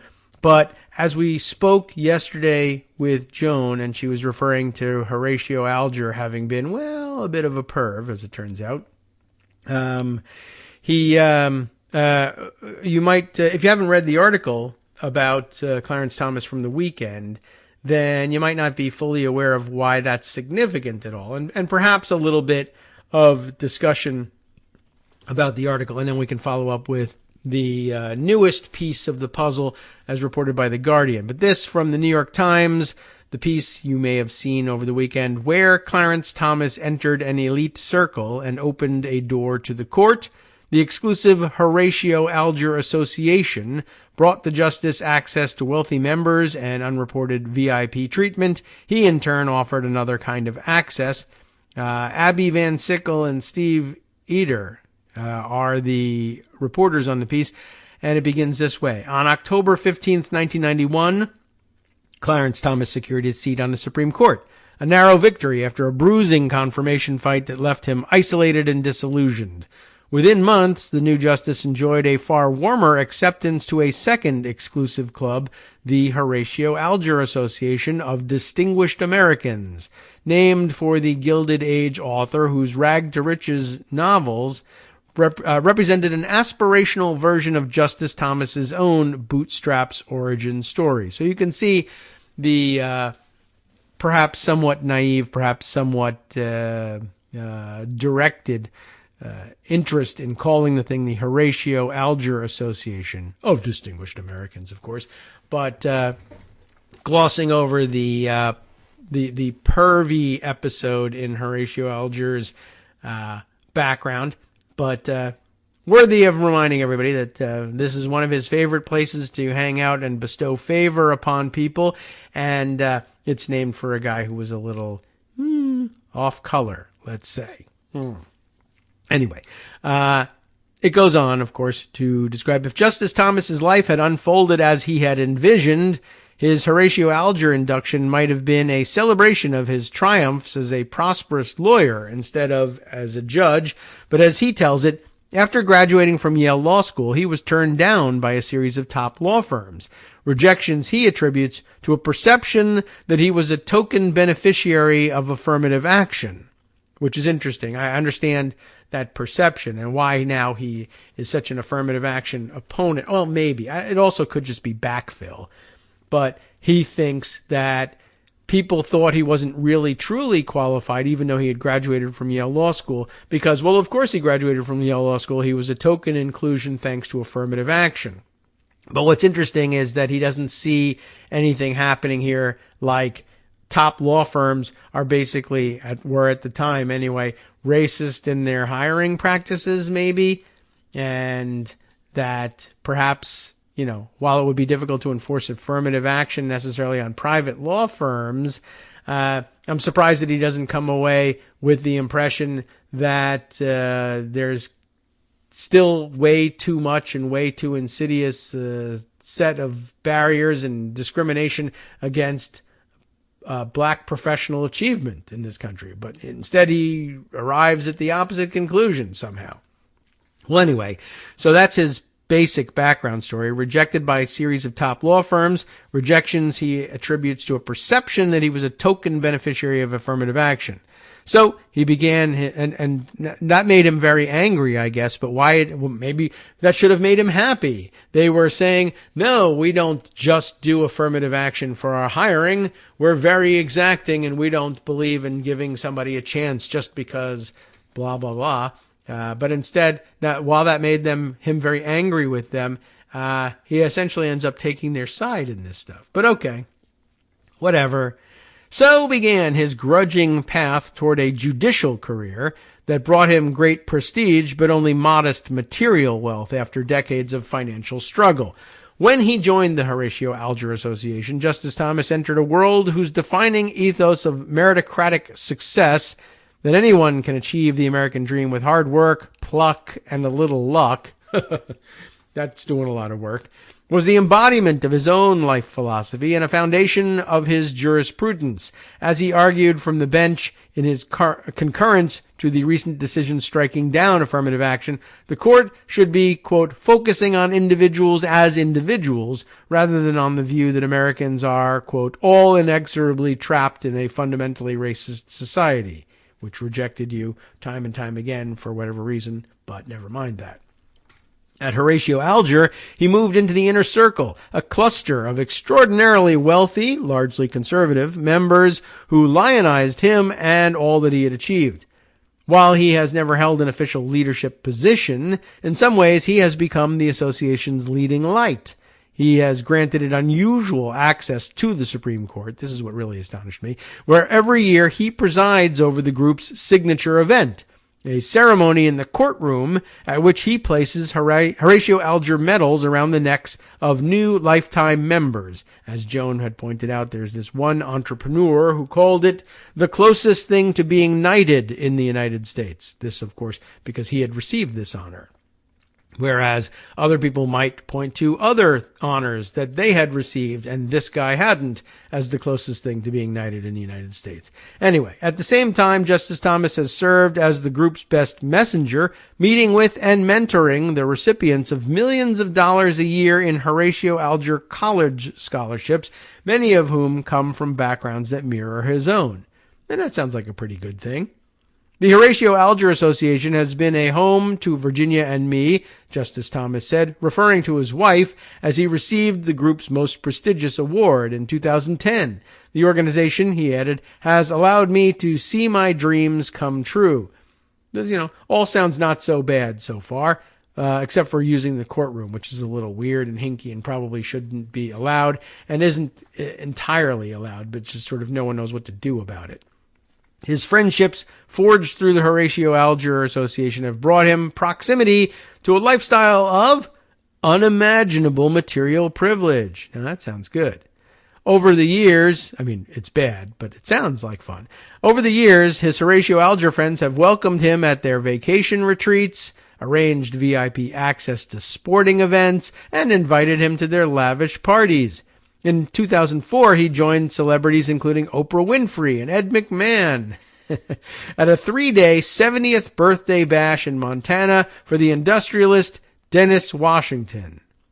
Why Oprah Winfrey went, I don't know. Several Horatio Alger friends also helped finance the marketing of a hagiographic, do I have that? I never really had to read that out loud, but documentary about the justice in the wake of an HBO film that had resurfaced Anita Hill's sexual harassment allegations against him during his confirmation. So when you get down, because there's an HBO documentary or about dramatic reenactment of the whole Anita Hill story, your wealthy friends can produce a supposed documentary in response, and you don't have to lift a finger or spend a penny to do it. Prominent among his Horatio Alger friends has been David Sokol, the one-time heir apparent to Warren Buffett at Berkshire Hathaway. Mr. Sokol describes the justice and his wife as close personal friends, and in 2015, the Sokols hosted the Thomases for a visit to their sprawling Montana ranch. He's constantly on sprawling Montana ranches, I guess. The Sokols have hosted the Thomases at their waterfront mansion in Florida as well. In recent months, Justice Thomas has faced scrutiny over new revelations by ProPublica of his relationship to Harlan Crow, the Texas billionaire, whose largesse over more than 2 decades has included vacations on a super yacht, private school tuition for the great-nephew of the justice who he was raising, and the purchase of his mother's Savannah, Georgia home. None of this was reported by the justice, and the revelations have renewed calls for tighter Supreme Court ethics rules. But a look at his tenure in the Horatio Alger Association, based on more than 24 interviews and a review of public filings and internal documents, shows that Justice Thomas has received benefits, many of them previously unreported, from a broader cohort of wealthy and powerful friends. They have included major donors to conservative causes with broad policy and political interests, and much at stake in Supreme Court decisions, even if they were not directly involved in the cases. Justice Thomas declined to respond to detailed questions from the New York Times.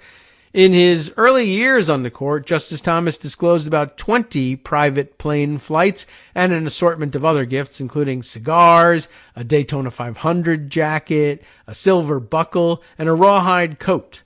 After the Los Angeles Times chronicled his gifts and travel in 2004, he stopped disclosing private flights and has seldom reported gifts or other benefits. After the Crow revelations, the justice said that colleagues and others in the judiciary had advised him that he did not need to report the hospitality of good friends. So the whole world became good friends with him. His decision not to disclose many benefits for nearly 2 decades, beyond trips related to teaching, speeches, and attending legal or academic conferences, has made it difficult to track potential conflicts of interest. Justices are allowed to accept gifts and free travel, and many other justices have disclosed receiving such benefits. The justices, like all federal judges, are required to complete an annual form listing investments, gifts, and other financial ties. Yet, in some cases, the rules are ambiguous, and the disclosures do not provide a full portrait of gifts or finances. While the court has no formal ethics system, the federal court's policymakers earlier this year announced more stringent disclosure rules requiring the justices to report travel by private jet, as well as free stays at commercial properties like hotels, resorts, and hunting lodges. However, the justices do not have to document the amount of a spouse's income, and there are a number of other exceptions, including information about the receipt of personal hospitality, food, lodging, or entertainment of a personal, non-business nature. Justice Thomas's acceptance of such hospitality apparently predates his time on the court, even. A former girlfriend said in an interview that a buddy of Justice Thomas had paid for their vacation in the Bahamas in the mid-1980s. Nobody's paying for my vacation in the Bahamas, though. When he was chairman of the Equal Employment Opportunity Commission. A longtime friend said he had paid for the justice's 1987 wedding reception. My goodness, that is a close personal friend. Usually, if anybody, it's perhaps your parents, if it's not you paying for it. But otherwise, yeah, it's you. So I'll just pay for your wedding reception. No real reason why I shouldn't do that. At the Horatio Alger Association, the Justices Circle also has included Mr. Washington and Wayne Huizenga, is my best guess at the pronunciation, the entrepreneur who built the blockbuster video empire. Whatever happened to that, by the way? And owned the Miami Dolphins. Mr. Huizenga died in 2018. In 2001, Mr. Huizenga's foundation joined Mr. Crow in helping underwrite the restoration and dedication of a library wing in Savannah in the justice's honor. It was Mr. Sokol who introduced the justice in 2010 when the Horatio Alger Association awarded him its top honor. In December 2015, the Thomases wrote to friends about their visit to the Sokol's ranch. David and Peggy Sokol hosted us in Montana for a ranch visit and a tour of Yellowstone, the Thomases said in the letter, which was reviewed by the Times. The Thomases brought along their dog, Petey, in case you were interested, who played with the Sokol's dog, Bodie. They wrote, Bodie showed Petey how to be a ranch dog without a leash. Liberty. I mean, it's dumb enough that they're writing about the dog. Like, who cares? That's fine. A letter to friends. The dogs had a good time. To throw in the liberty joke, that's just so cringy. But okay, fine. The trip, they concluded, was pure heaven for all of us. This next section is a little bit more about tasting the good life. And it helps describe the nature of these transactions as well. The Clarence Thomas origin story begins in a dirt floor shack in Pinpoint, a tiny community founded by formerly enslaved people in the salt marsh lands outside of Savannah. When he is 20, after a brief spell in a Roman Catholic seminary, it continues at the College of the Holy Cross in Worcester, Massachusetts, where he is one of a small group of young black men who integrate the school. There, in the spring of 1971, his senior year, he receives a letter from Yale Law School. He worries that the thin envelope means a rejection, but one of the nation's most elite law schools wants him. My heart raced and my spirits lifted, Justice Thomas wrote in his autobiography. At Yale, he was one of only 12 black students in his law school class, admitted the year the law school introduced an affirmative action plan. His white classmates viewed him as a token, and I guess he believed it too. But his white classmates viewed him as a token. He felt, that is to say, it's not clear that they felt that way. He thought they felt that way. A belief in the corrosive effects of affirmative action that was only deepened by his failure to win the law firm job he had dreamed of.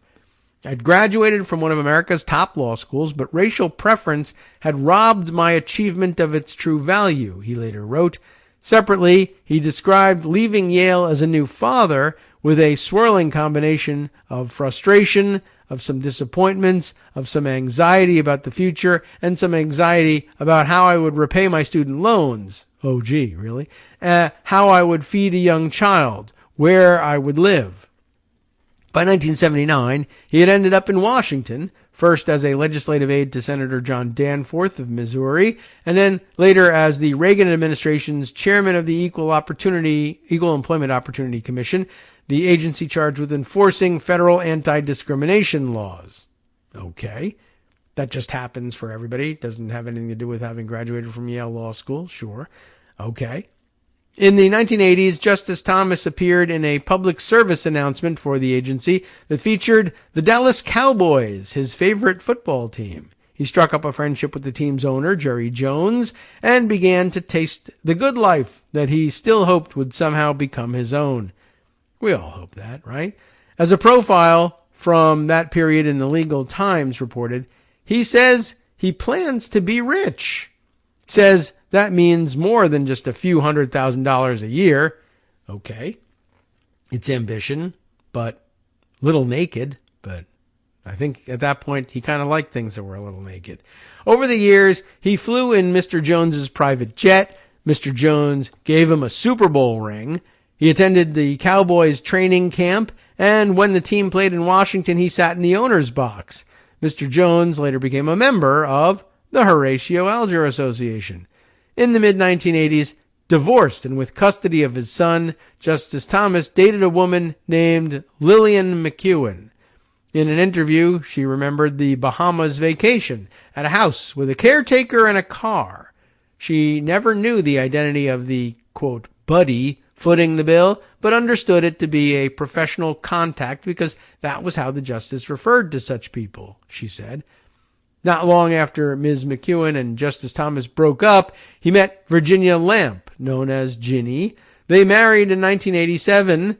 Armstrong Williams, a close friend from Justice Thomas's earliest days in Washington, who is now a conservative commentator, said in an interview that he paid for their wedding reception. Okay, seems nice.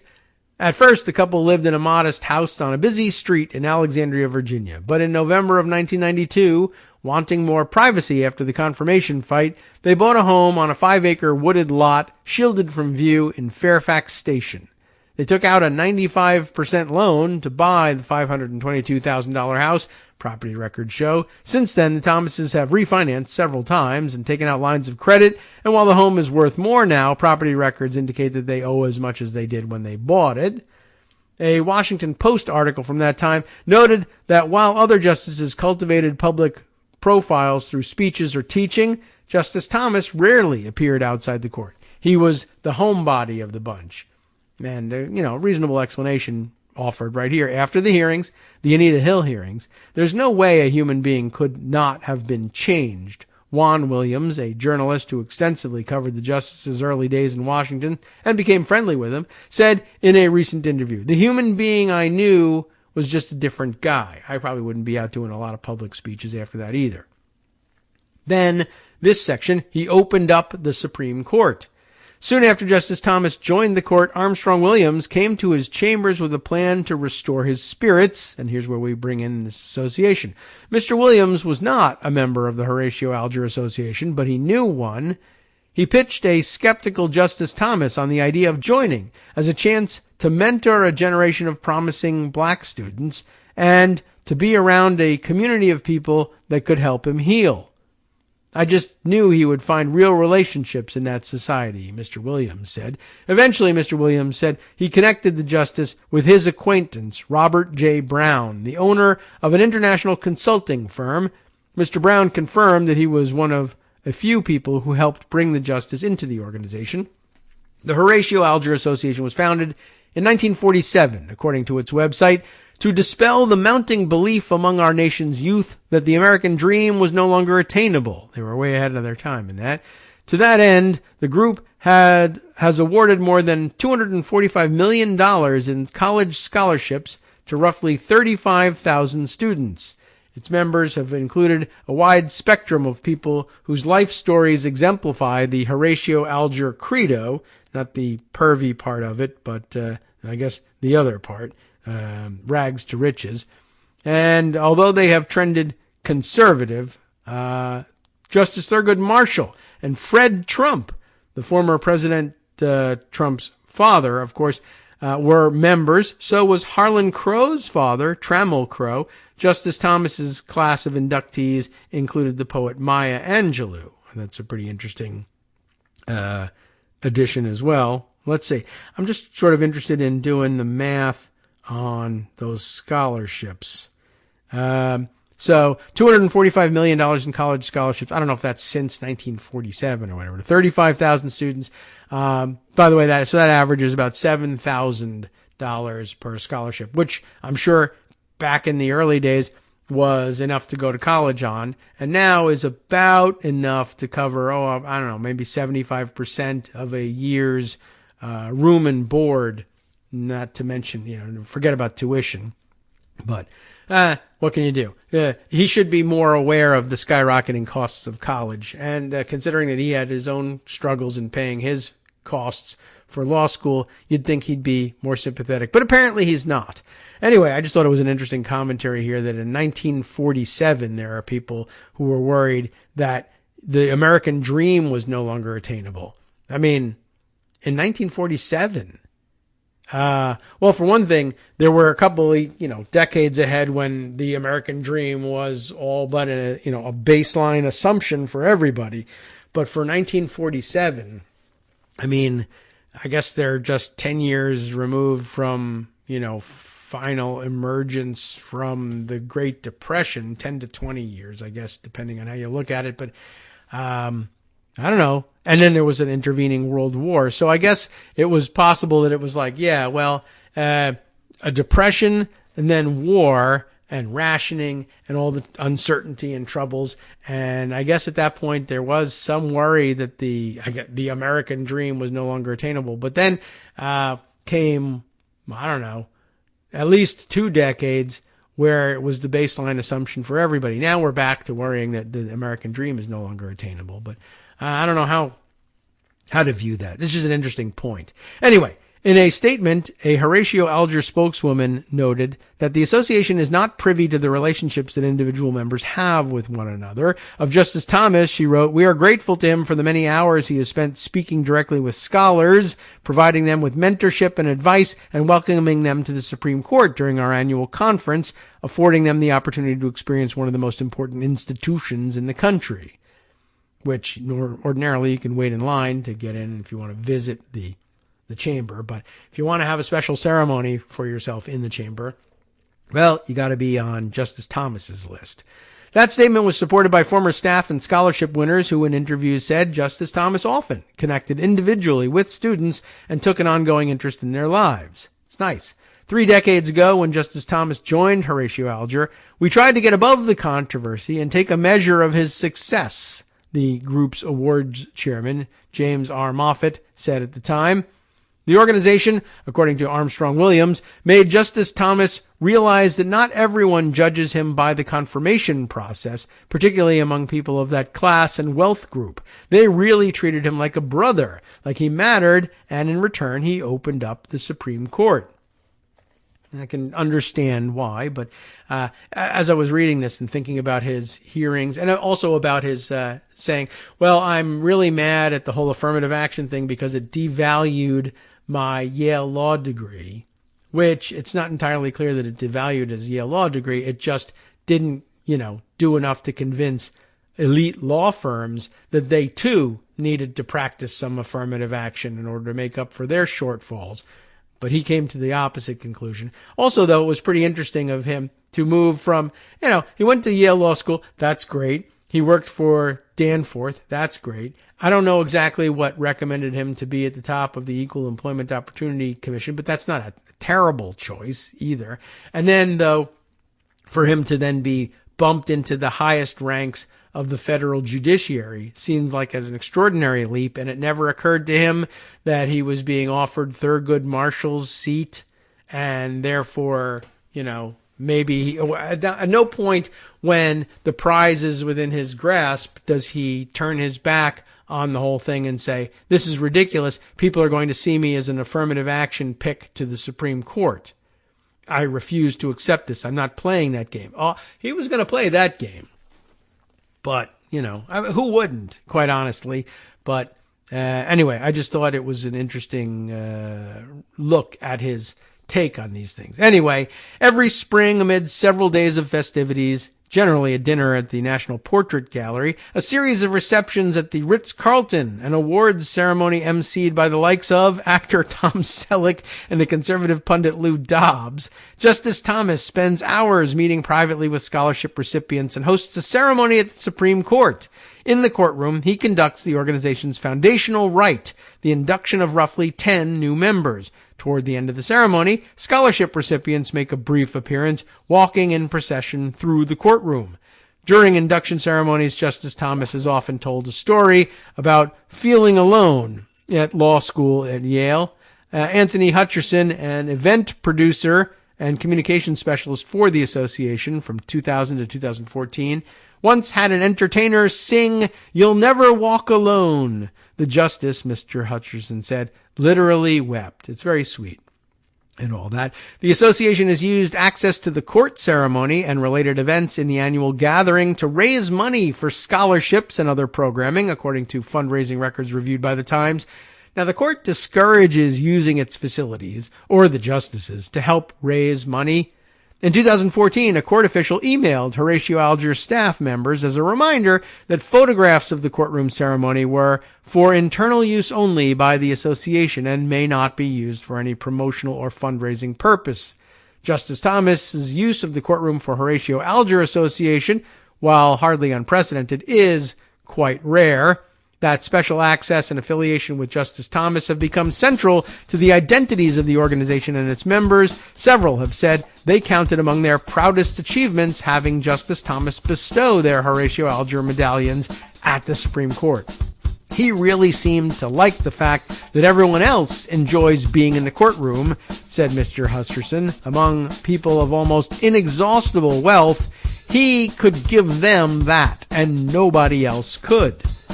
Armstrong Williams came to have ambivalent feelings about the justice's involvement in Horatio Alger. He loved to see the joy his friend took in it, especially when working with young people.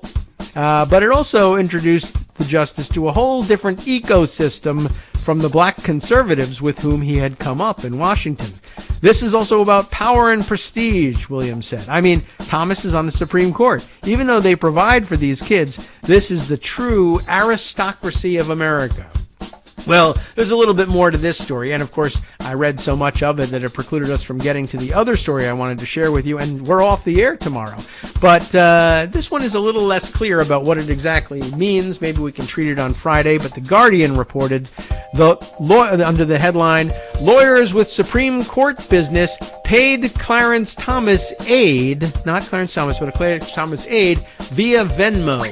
What could all that be about? Well, you'll have your chance to read it on your own, or wait for our discussion of it on Friday. From networksradio.com, you have been listening to Kagro in the Morning with David Waldman. And hey, I can't even really promise that we'll get to it on Friday, but here's what Justice Putnam's going to get to next on the West Coast Cookbook and Speakeasy. Let's see. Just as with his first two runs, Trump's third run for the presidency is a legal strategy to keep out of prison. We definitely know all about that.